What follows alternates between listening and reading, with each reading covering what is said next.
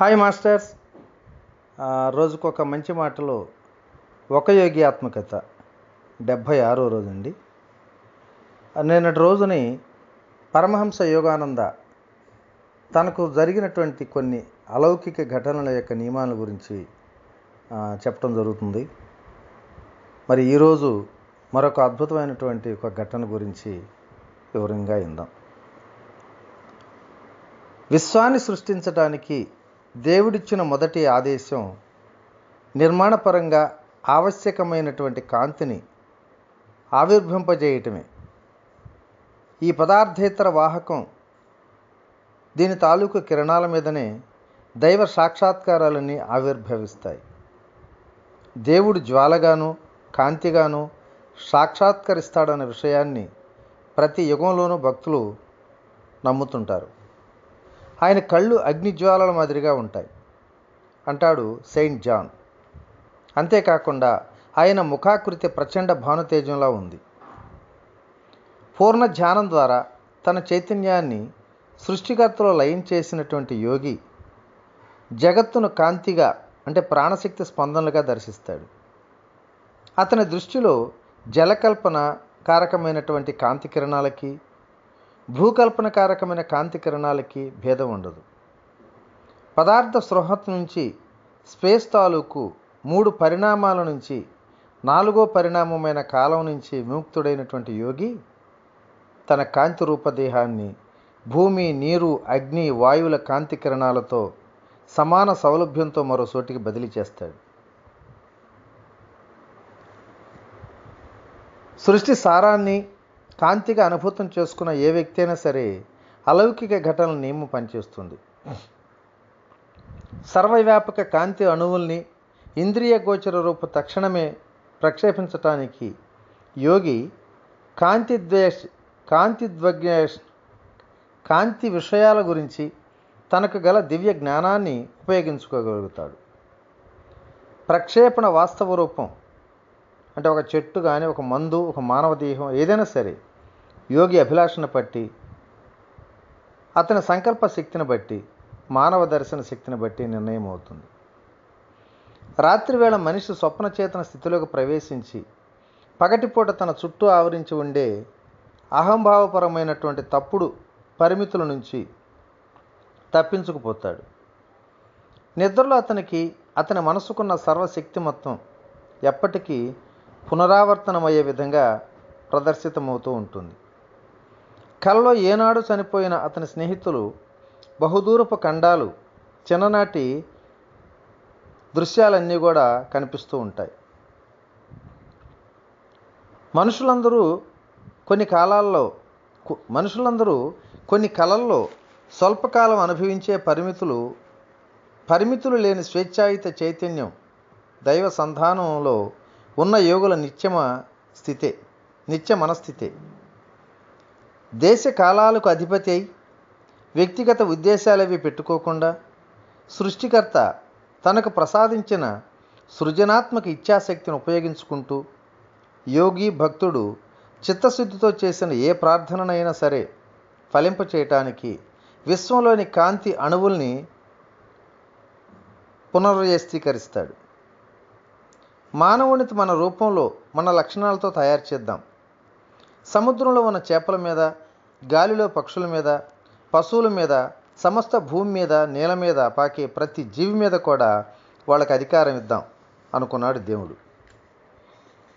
ఇక ప్రయోజనం కోసమే మనిషిని సృష్టించడం జరిగింది. ఈ ప్రయోజనాల కోసమే మనిషిని సృష్టించడం జరిగింది. ఈ విశ్వం మీద తన ఆధిపత్యాన్ని తెలుసుకొని మాయకు అధికారిగా అతడు పెరగాలని. 1915 సంవత్సరంలో నేను సన్యాసం తీసుకున్న కొద్ది కాలం తర్వాత ఒక చిత్రమైన దర్శనం కలిగింది.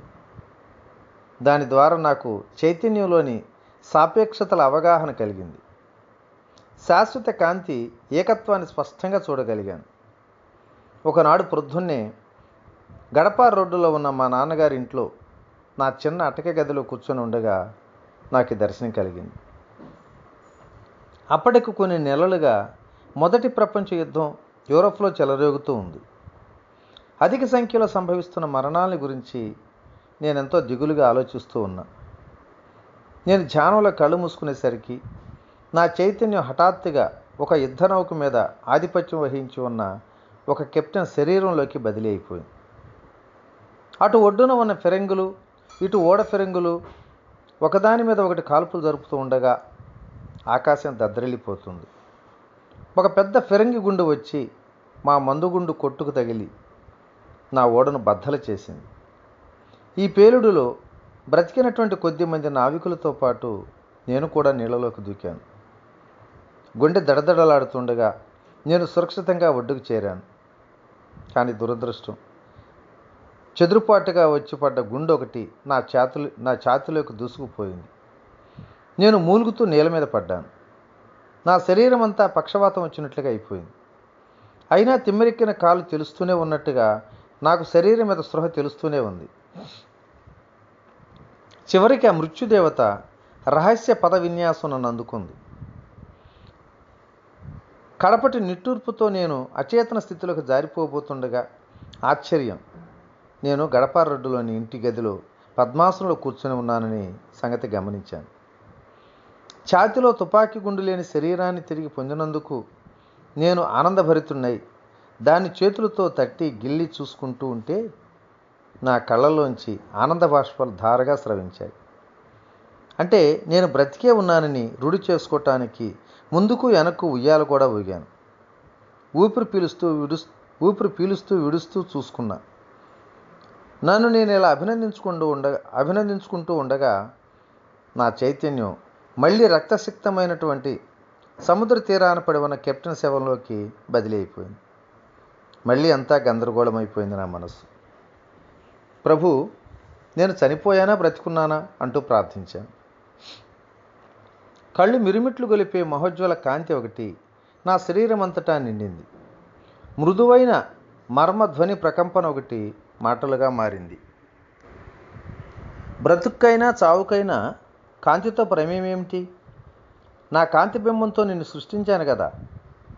చావు పుట్టుకల సాపేక్షతలు విశ్వ స్వప్నానికి చెందినవి.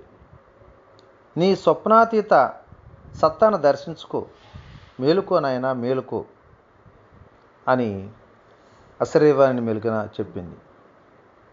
మానవుడి జాగృతిలో మెట్లు మెట్లుగా ఈశ్వరుడు తన సృష్టిలోని రహస్యాల్ని సరైన సమయంలో సరైన చోట ఆవిష్కరించడానికి విజ్ఞాన శాస్త్రవేత్తల్ని ఉత్తేజపరుస్తూ ఉంటాడు. ఈ విశ్వాన్ని దైవ ప్రజ్ఞతో సంచాలితమయ్యే కాంతి అనేక ఏకైక శక్తికి వివిధ రూపాల అభివ్యక్తిగా గ్రహించటానికి అనేక ఆధునిక ఆవిష్కరణలు మానవుడికి తోడ్పడతాయి. చలనచిత్రం, రేడియో, టెలివిజన్, రాడార్, కాంతి విద్యుత్కాటం, ఆశ్చర్యకరమైనటువంటి విద్యుత్ నేత్రం, పరమాణు శక్తులు అనే అద్భుతాలన్నీ కూడా కాంతికున్న విద్యుత్ అయస్కాంత శక్తుల మీద ఆధారపడ్డవి. చలనచిత్ర కళ ఏ అలౌకిక ఘటననైనా చిత్రీకరించగలదు. ప్రబోధాత్మక దృశ్య దృక్కోణాల నుంచి ట్రిక్ ఫోటోగ్రఫీకి వశం కాని అద్భుతం అంటూ ఏదీ లేదు. మానవుణ్ణి స్థూలమైన భౌతిక కాయం నుంచి లేస్తున్నటువంటి పారదర్శక సూక్ష్మ శరీరంగా చూడవచ్చు. అతను నీళ్ల మీద నడవగలడు. చనిపోయిన వాళ్ళని తిరిగి బ్రతికించవచ్చు కూడా.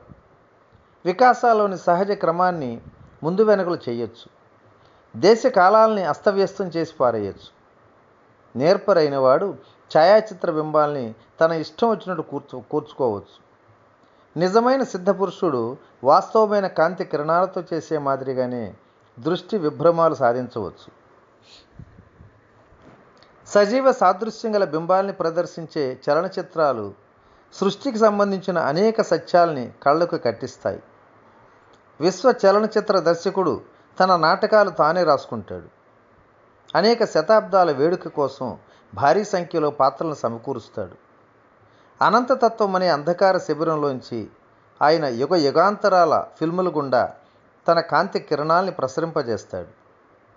మహా ఆకాశం అనే తెర మీద బొమ్మలు పడుతూనే ఉంటాయి. సినిమా బొమ్మలు వాస్తవాలుగా కనిపించినప్పటికీ అవి కేవలం వెలుగునీడల కలయికలు మాత్రం అయినట్లు విశ్వ సంబంధమైన రూపాలు కూడా వాస్తవికత భ్రాంతిని కలిగిస్తాయి. అసంఖ్యాక జీవరాశుల గల ప్రవాహ గోళాలు ఒకానొక విశ్వ చలనచిత్రంలోని ఆకృతులే తప్ప మరేమీ కావు. మానవుడి జ్ఞానేంద్రియాల ఐదింటికి కూడా తాత్కాలికంగా నిజమనిపించే ఈ అనిత్య దృశ్యాలు మానవ చైతన్యం అనే తెర మీద అనంత సృజనాత్మక కిరణ ప్రసరింపజేసినవి. మరి ఈరోజు ఈ మంచి మాటను ఇంతటితో విరమించుకుందాం. రేపటి రోజుని మరి ఈ అద్భుతమైనటువంటి కాంతి కిరణాల దృశ్యాలని, వాటి శక్తిని రేపు మాట్లాడుకుందాం. ఓకే, ఇట్లు మీ రామిరెడ్డి మానసరోవరం. Thank you.